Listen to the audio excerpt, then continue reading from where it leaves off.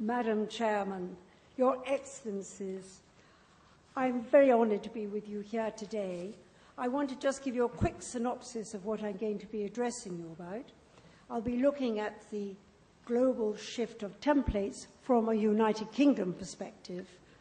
I will be looking at our relationships, old and new, with the United States of America. I'll be looking at NATO's response to Russia's reassertion of their spirit. I'll be looking at wider global shifts, terrorism, not in great depth because there are many great experts here, the impact of the oil prices, and I'll be looking at governance and risk. Madam Chairman, I am so deeply honoured to be invited here today to this very high-level conference, and this has special significance for me because I really got to know Sri Lanka so much better through the kind offices of Dr. Chris Nunes, who was the High Commissioner for Sri Lanka in London. He gave an excellent representation of your country, and indeed, I have to say, he's very, very much missed. So thank you, Your Excellency, for being with us in London. But today in Colombo, I really must stress, I am putting across to you my own personal perspective.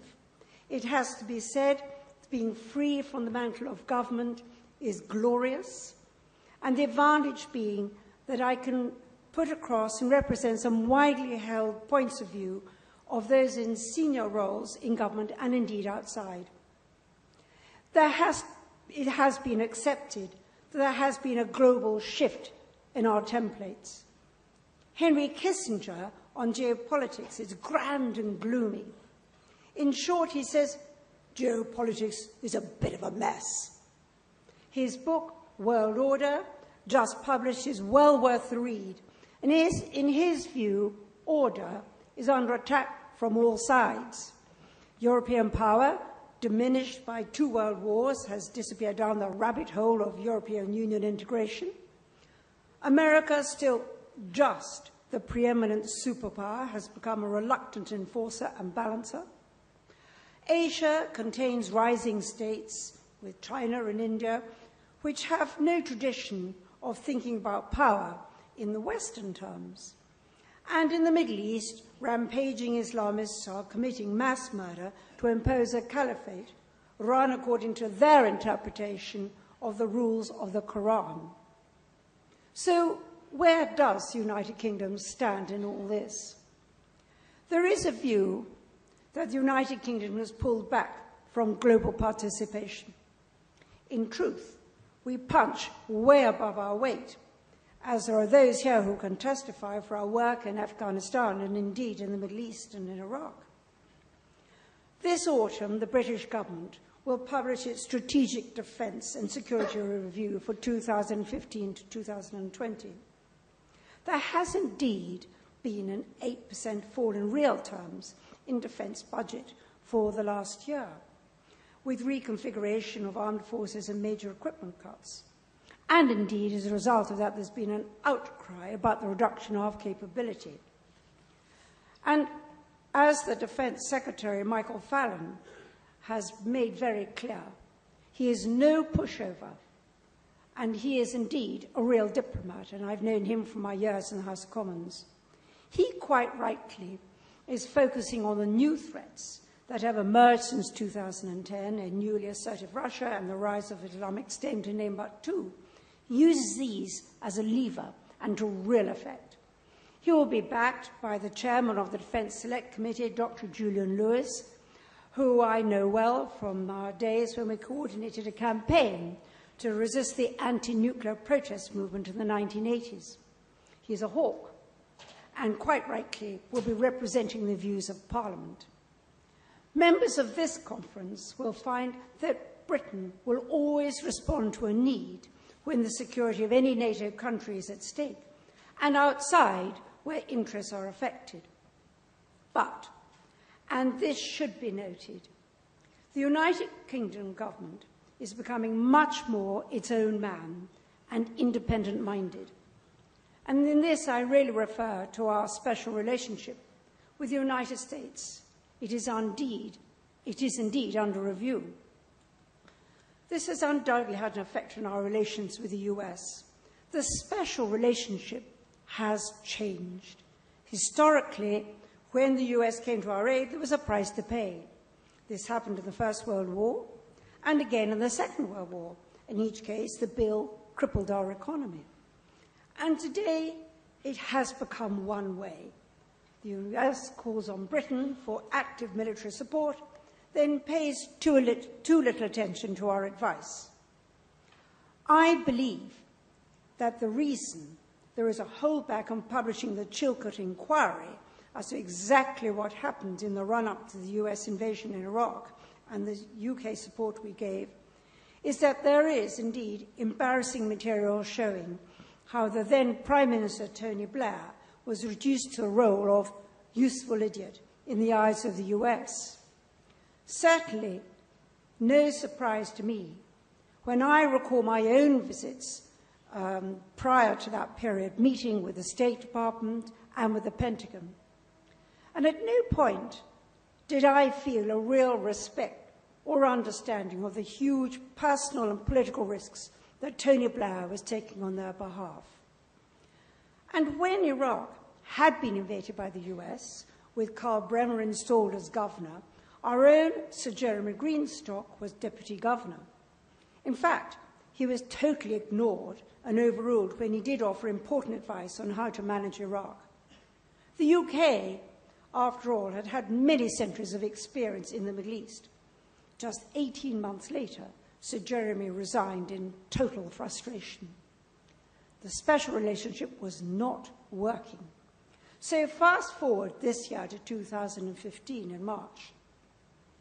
George Osborne, our Chancellor of Exchequer, was the first major Western country to sign up to the Chinese proposal of a development bank, the Asia Infrastructure Investment Bank. Mr. Osborne said, joining the AIIB at the founding stage will create an unrivaled opportunity for the UK and Asia to invest and grow together. There is plenty of reason to do so, one being that the City of London is the world's centre for finance.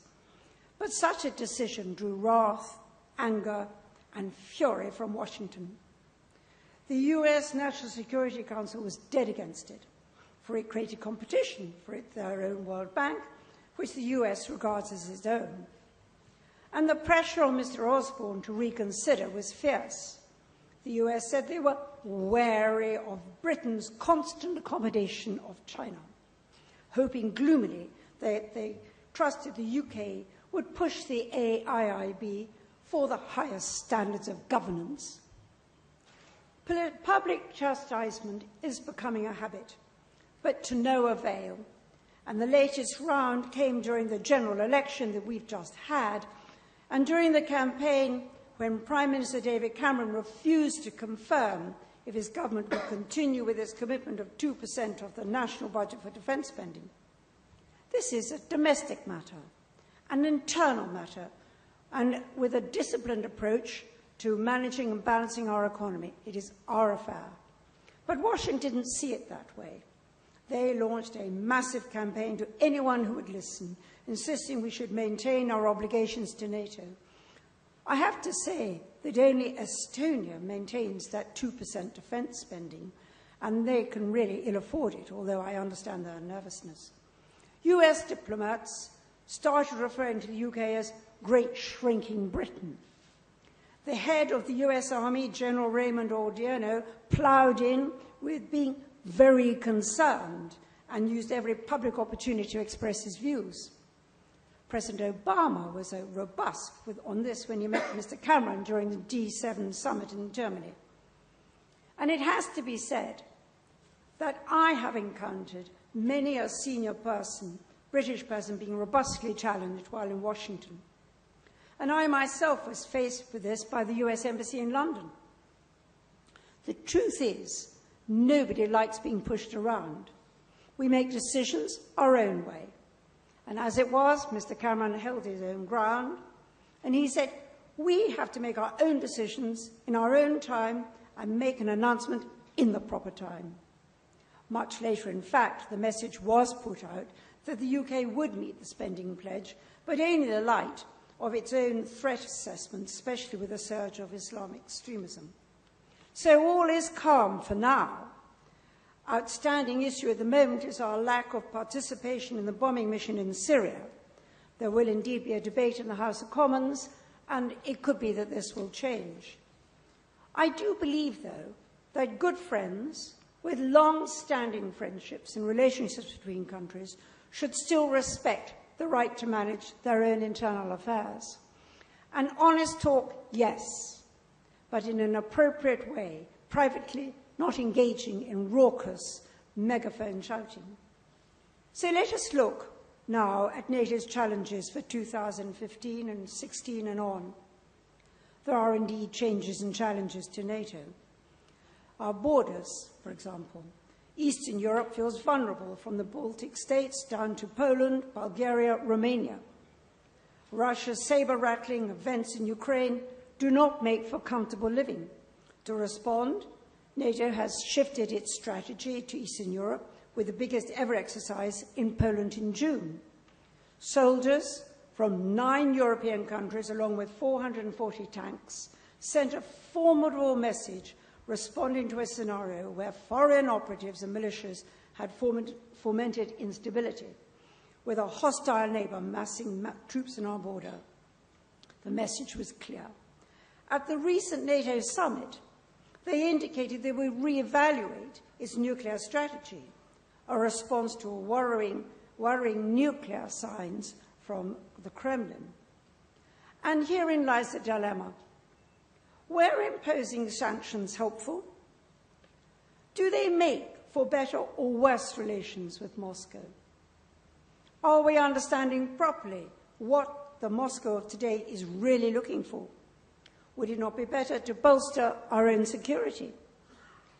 Should we be taking a more reflective view of where Putin's Russia is today? And what does it wish to achieve? What is the point of poking the bear for transgressions outside our own area? I agree the events in Ukraine have been bloody. A civilian aircraft with over 200 people shot down, at least 6,000 lives lost and mounting every day. The reports make you shudder. But there is a lively debate in the UK on this. Do we have the right to intervene? Is this our war to fight? It should be said that Ukraine and Russia and Crimea look very different from the perspective of the Russian people. And let us look further at sanctions. Personally, I've never been a believer in the efficacy of sanctions. As it happens, the Russian economy is already falling for other reasons. Some analysts say that the wave of Western penalties has inadvertently given the Kremlin political cover with its own people. Putin has never been so popular. Sanctions have done nothing to sway Kremlin policies, and they never will. They are dogged and resilient people, and very proud. I would prefer a much more subtle approach. Be very firm with our own military defences, upgrade equipment and capability, carry out more exercises if necessary, station troops in Poland, have a proper presence there, be militarily vigilant, beef up our intelligence, but keep up an inoffensive dialogue. I do believe that when it comes to Russia, we need to understand the need to embrace Putin's standing. He is there. He's not going tomorrow. He exists. The country exists as it is today and will continue for quite a few years. Antagonism is not helpful or otherwise. Paradoxically, there are times when we can work successfully with Russia. The reality is that there is cooperation with Russia in other spheres which have been vitally important. Take the shared threat from Islamic terrorists and the Iranian nuclear deal. Russia was arguably the key participant. At the end of it, President Obama publicly thanked Putin and Russia for being supportive and active, and then he personally telephoned President Putin to say the same thing. The US Secretary of State John Kerry and Russian Foreign Minister Sergei Lavrov agreed to a UN resolution aimed at identifying those responsible for chemical weapons attacks in Syria. Add to that the UN Security Council, where of course the US is a leading player alongside Russia, are working to endorse a new plan for the UN Special Envoy, Staffan de Mistura, aimed at setting the stage for a new round of Syrian peace talks. You now have the scene where Kerry, Lavrov, and the Saudi foreign minister met in Qatar recently for a session on the Syrian crisis. So let us look at Iran. On the point of Iran, I feel positive about the income. Only a week ago, the British reopened the embassy 4 years after it had been ransacked, with even the portrait of the Queen being defaced. For all that, I am comforted that President Obama can use his presidential prerogative to push past Congress and Senate disagreements. From a wider point of view, Iran has much to offer the outside world. They are not a threat to others. They do not evade other countries. They signed up to the Non-Proliferation Treaty. India and Pakistan have never done that. The Iraq-Iran war was started by Saddam Hussein at a terrible cost to all. Iran does have a downside with their surrogate militias, namely Hezbollah. But what is the betting that with new economic dawn on the horizon, Iran would rather resolve regional differences with diplomacy rather than bloodshed?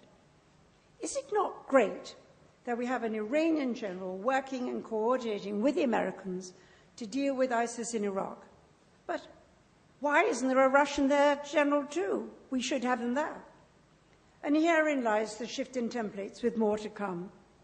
So let us just briefly look at the issues on terrorism, which I know have been well covered in this conference. But in this, there is not a country represented in this conference which is not affected by terrorism, past and present.